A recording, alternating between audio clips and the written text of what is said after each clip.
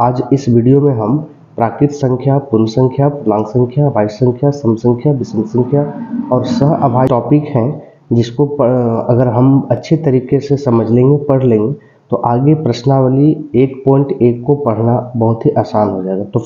तो स्टूडेंट्स, तो स्वागत है आपका हमारे चैनल जीके गुप्ता क्लासेस में। तो सबसे पहले है प्राकृत संख्या। ये तो सभी को जानते हैं कि 1 से शुरू होने वाली गिनती को प्राकृत संख्या कहा जाता है। प्राकृत संख्या को n से सूचित किया जाता है, कैपिटल N से सूचित किया जाता है। तो जैसे 1 2 3 4 5 6 7 ये आप जहाँ तक लिख सकते हैं आपकी मर्जी, इसलिए यहाँ लिखा गया है अनंत तक।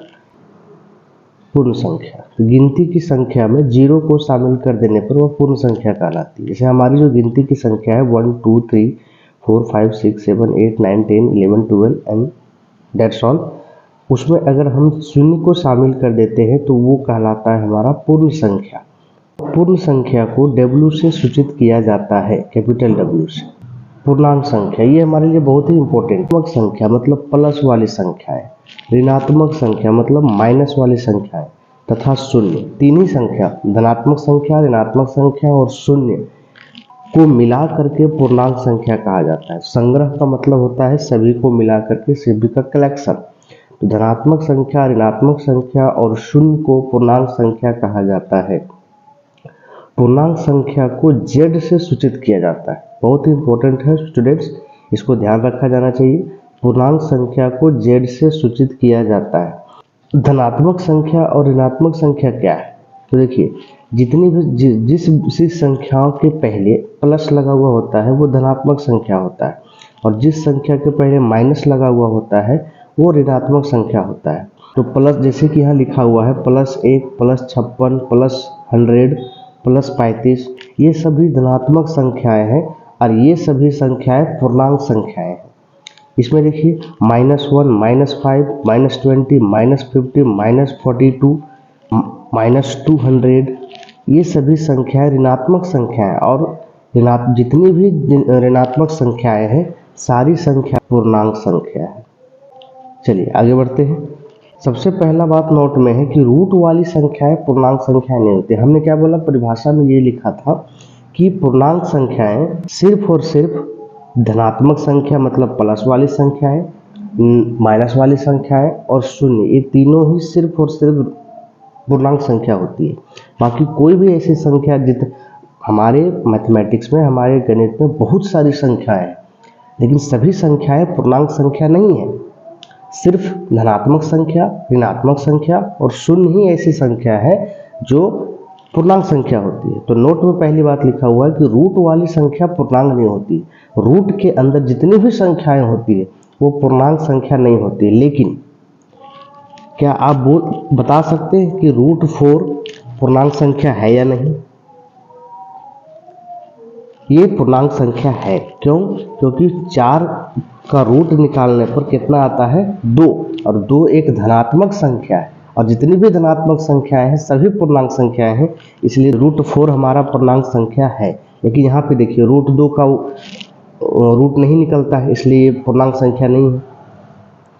3 का भी रूट नहीं निकलता है, इसलिए पूर्णांक संख्या नहीं है। √5 का भी वर्गमूल नहीं निकलता है, इसलिए पूर्णांक संख्या नहीं है।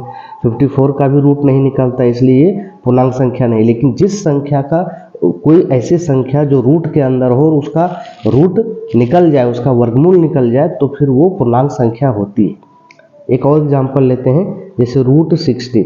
तो √16 का वैल्यू होता है 4, इसका मतलब √16 हमारा पूर्णांक संख्या है। नेक्स्ट क्या है? सेकेंड नंबर में है कि दशमलव वाली संख्याएं पूर्णांक नहीं होती है। आप दशमलव में कोई भी संख्या लिख दीजिए, आप दशमलव का कोई भी संख्या लीजिए, वो पूर्णांक संख्या नहीं होती है। जैसे 0.02, 5.63, 8.888, 0.00005। थर्ड क्या है? थर्ड है भिन्न वाली संख्याएं पूर्णांक नहीं होती है। जितनी भी भिन्न वाली संख्याएं हैं वो पूर्णांक संख्या नहीं होती।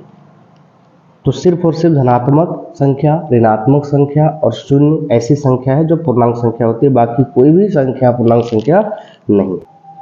अभाज्य संख्या, तो वैसी संख्या जिसका सिर्फ 2 गुणनखंड होता है, या वैसी संख्या जो सिर्फ एक और स्वयं से भाग लगी, उसे अभाज्य संख्या कहते हैं।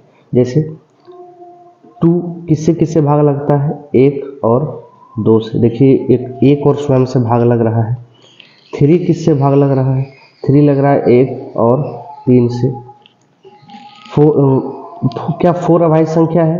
देखिए 4 किससे किससे भाग लगता है? 1 से, 2 से, 4 से।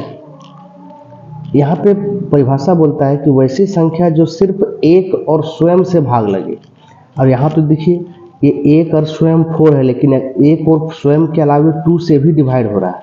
इसका मतलब 4 हमारा अभाज्य संख्या नहीं है। अभाज्य संख्या वही होगा जो सिर्फ 1 और खुद से भाग लगे। देखिए 11 क्या हमारा अभाज्य संख्या है? बिल्कुल है। क्यों? क्योंकि 11 1 और 11 से ही भाग लगता है। 17 क्या अभाज्य संख्या है? तो और सिर्फ 17 से ही भाग लगता है, इसलिए 17 अभाज्य संख्या है। सम संख्या तो सभी को जानते हैं। सम संख्या वैसी संख्या जो 2 से पूरा पूरा भाग लगे। सम संख्या 2 4 6 8 10 12। विषम संख्या वैसी संख्या जो 2 से पूरा पूरा भाग नहीं लगता है, विषम संख्या कहलाता है। जैसे 3 5 7 9 11 13। नेक्स्ट है सह अभाज्य संख्या। किसी भी दो संख्याओं का जोड़, मतलब कोई भी दो संख्या जिसका एचसीएफ निकालने पर 1 आता हो, तो उन संख्याओं के युग्म को सह अभाज्य संख्या कहा जाता है। अंग्रेजी में बोला जाता है को प्राइम नंबर। देखिए 2 और 3, तो 2 और 3 का अगर हम एचसीएफ निकालते हैं तो इसका एचसीएफ आएगा 1। तो एक बार में जाएगा तो 2 होगा, यहाँ बचेगा 1। फिर यहाँ पे आप ये वाला 2 उठा के लाना है तो ये हो जाएगा, 2 बार में जाएगा, ये कट गया। इसका एचसीएफ कितना आया? 1। तो वैसी कोई भी दो संख्या जिसका एचसीएफ निकालने पर 1 आता है तो उन संख्याओं को सह अभाज्य संख्या कहा जाता है।